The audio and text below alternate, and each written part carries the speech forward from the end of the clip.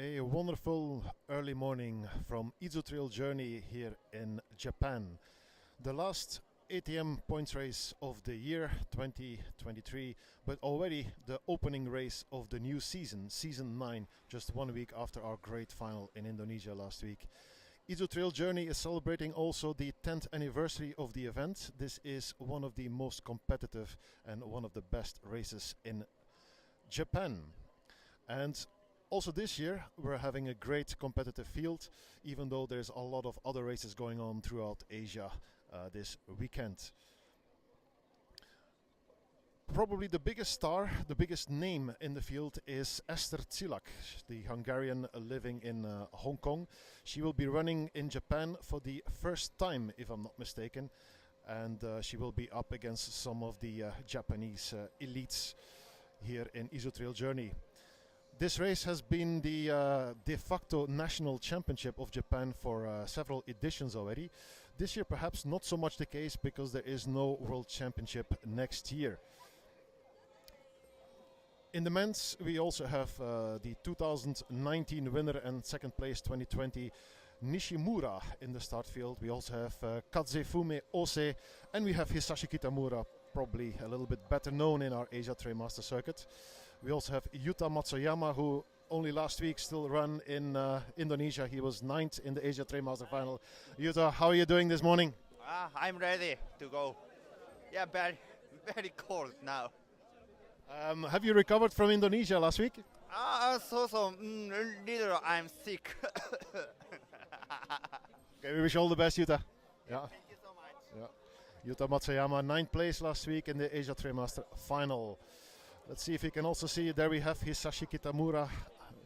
Let's have a look. It's actually quite cold as usual here in Izu Trail, but it's not as cold as it usually is. Hisashi, we're live on the Asia Trail Master channels. How are you feeling this morning? You must be in good spirits because it's not so cold as normal. Yeah. So last week I ran quite the mountain course, but this course is runnable, so this is my course, so I do my best. I think this is the 5th time that you run Izu Trail Journey with 10th place as a best result. Yeah, third or fourth time. Yeah. Do you think something is possible today with this field? I try, because last week I had a hard race, so I still have tires on my legs. All the best, Hisashi. Hisashi Kitamura, he ran a 1:12 half marathon of just a few weeks ago, and last week he was 5th in the Asia Trail Master Final on a course that was indeed probably not his kind of thing. And I also spotted Ester Tsilak here. Ester Tsilak, she actually arrived very late here at the starting line, but no problems. We are still more than 5 minutes away from the start and she is ready. Ester Tsilak, we're live on the ATM channels. Great to see you here in Japan. I think this is the first time for you. Yes, it's my first time, but it has been a few years in the waiting. I really wanted to come and do this race. With what kind of mindset and what kind of form are you here today? Because you have a big calendar, so how does Izu Trail fit into your plans? This is my last race of the year. It has been a long year, and I look forward to enjoy it. I really want to enjoy and be in the present and see how it goes. But even if it feels hard, I want to enjoy it. If it feels good, I want to enjoy it. So that's the mindset. What do you think about the colder temperatures here? It's not that cold. I think we are having a lucky year because the temperature is much more warmer than usual. So it's all good. With your list of credentials, you're obviously the top favorite in the women's race. There's only one non-Japanese runner who has won Izu Trail. That was Veronika Vodovicova, also in Hong Kong. Is this something that plays in your mind? It's a big race in Japan and it's very competitive. And I know that the champion from last year is back also. So it's for sure amazing to race in Japan in that sense as well, because Japanese are known to be very fast runners, and it's good to put myself into this challenge and see how it goes. Okay, thank you very much, Esther, and all the best. Thank you. Ester Tsilak. top favorite. But as she mentioned, the winner of last year, Japanese winner of last year, is also in the field. So I need to check up on her name, though. Sometimes Japanese names are also not so easy to remember. I have a quick look around still. We also have a runner from Malaysia here, also from Belgium, based in Vietnam. These are Grandmaster point seekers, Chris van Dalen and Siti Hajar Rizali from Malaysia. And we have to get ready for the start. We're going to get in position.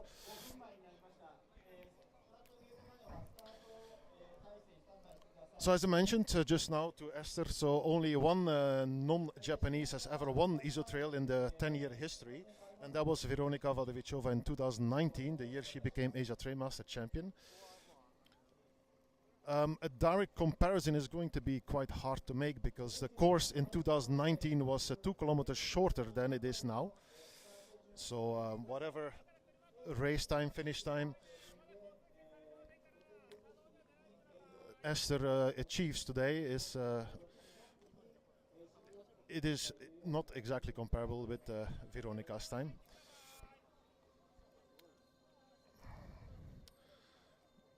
There's 2,000 runners signed up for this event, but there's also a shorter edition now, which starts at the Nishina Pass and does basically the trail from the Nishina Pass to Shuzenzi, the onsen town.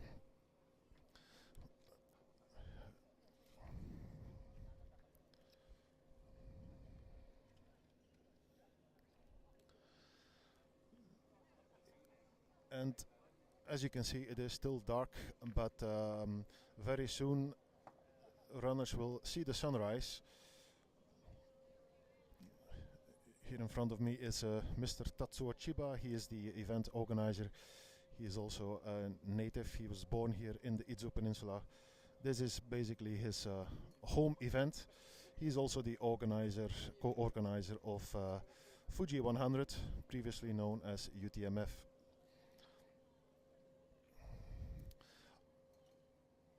Also in the field today is Hiroaki Matsunaga.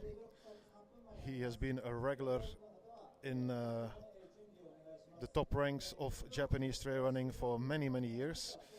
Hiroaki Matsunaga is also an event organizer, amongst others of Deep Japan Ultra, which is also an event that is part of our series. And that event is going to be back on the calendar in 2024 in the third weekend of June, just like this year. It's 100 miles and 80 kilometers. Both are points races and highly recommended. Deep Japan Ultra takes place in Niigata, which is to the northwest of Tokyo. You can go there by Shinkansen from Tokyo, but there is also an airport in Niigata with a few international connections, so you can also check that out. Important for Deep Japan Ultra is that you need to decide quickly because the registrations, they have to close. And Mr. Matsunaga also told me yesterday once again that it's not negotiable. So if you want to run Deep Japan Ultra, you need to sign up before the 1st of March. This is the third Japanese race in our series this year. After Deep Japan Ultra, we also had the Mount Daisetsu Trail in Hokkaido at the end of July. That race is also back on the calendar for 2024, presumably on the 14th of July, if I'm not mistaken. 1 week earlier than it was this year. The reason for that is that apparently on the 15th of July there is a public holiday in Japan in 2024. And with all that being said, we shift our focus to the race. For your information, so from the start we will be moving to several checkpoints as usual, and then of course the finish line in the onsen town, the hot spring town, Shuzenzi, after 70 kilometers. This is a natural trail, 70 kilometers from A to B. We are here basically on the coastline and we run to Shuzenzi. This is an old pilgrimage route. It's a very popular race in Japan, as you can say, not only a very competitive one, but also just a very popular event for trail runners of all levels. The first part is quite runnable, even some would say very runnable, first 25 to 30 kilometers, and then it gets a little bit more technical. The hills become steeper, and I think we are moments away from the start. Here we go.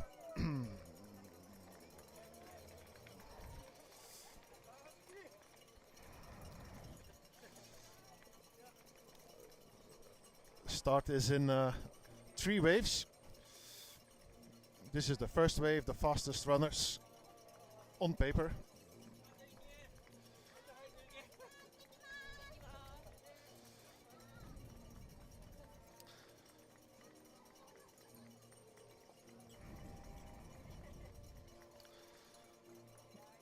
Contrary to previous years, it is actually still dark, very dark here. There's no clouds though. It's been really beautiful weather here, and we expect also today is going to be bright, sunny and bright, and runners can expect majestic views of Mount Fuji, especially when they reach the Nishina Pass halfway. And I think this is the end of the first wave exactly. There's people standing there for the second wave that will start 2 minutes later. And just as I was saying, it's getting dark. The sun is gradually rising. It's getting brighter and brighter. Dawn. And with that being said, the runners have been released, the fastest runners. We will keep you posted on what is happening throughout the day. So we'll be moving to, I presume, the first checkpoint first. It's after 10 kilometers, a little bit more even, I believe. And we'll be keeping you updated with live stream and with the regular video updates on our channels, mainly on Facebook. Facebook is always the #1 channel for the race updates. So stay tuned, and we'll be back live in any case also for the finish later on. The finish of this race is expected around 12 o'clock at noon for the race winners. And we're just going to catch the start of the second wave as well now. Here they go.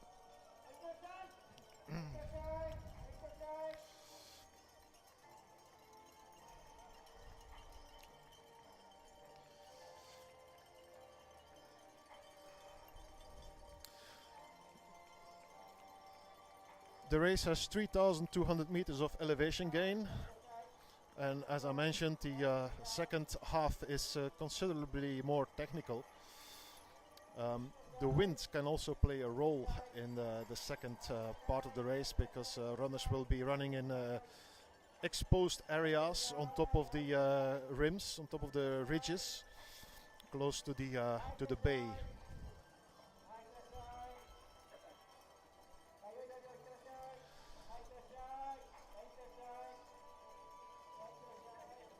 Izu Trail Journey has been with us, with ATM, since 2017. We've had quite a bit of, let's say, ATM history here. It was also the final race in 2017-2018. Alessandro Sherpa became champion here in 2018 in a great battle with Salva Rambla, the Spaniard who was based in Asia at the time. And the year before, 2017, we had snow here in the race. Also memorable scenes there with Sefli Ahar from Brunei. And 2019, as I mentioned, Veronika Vadovichova won the race here. Kitamura also became 10th, which was his best performance in this race. Just indicating again the high level here, high competitive level of the runners in this event.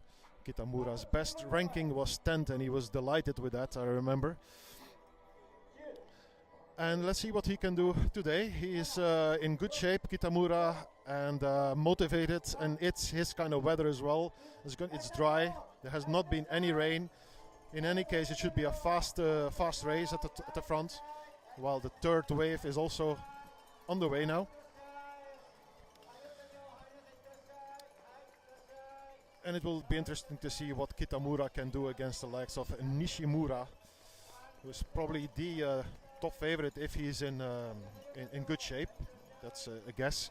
Nishimura is one of these runners who is a national athlete. He also gets big sponsorship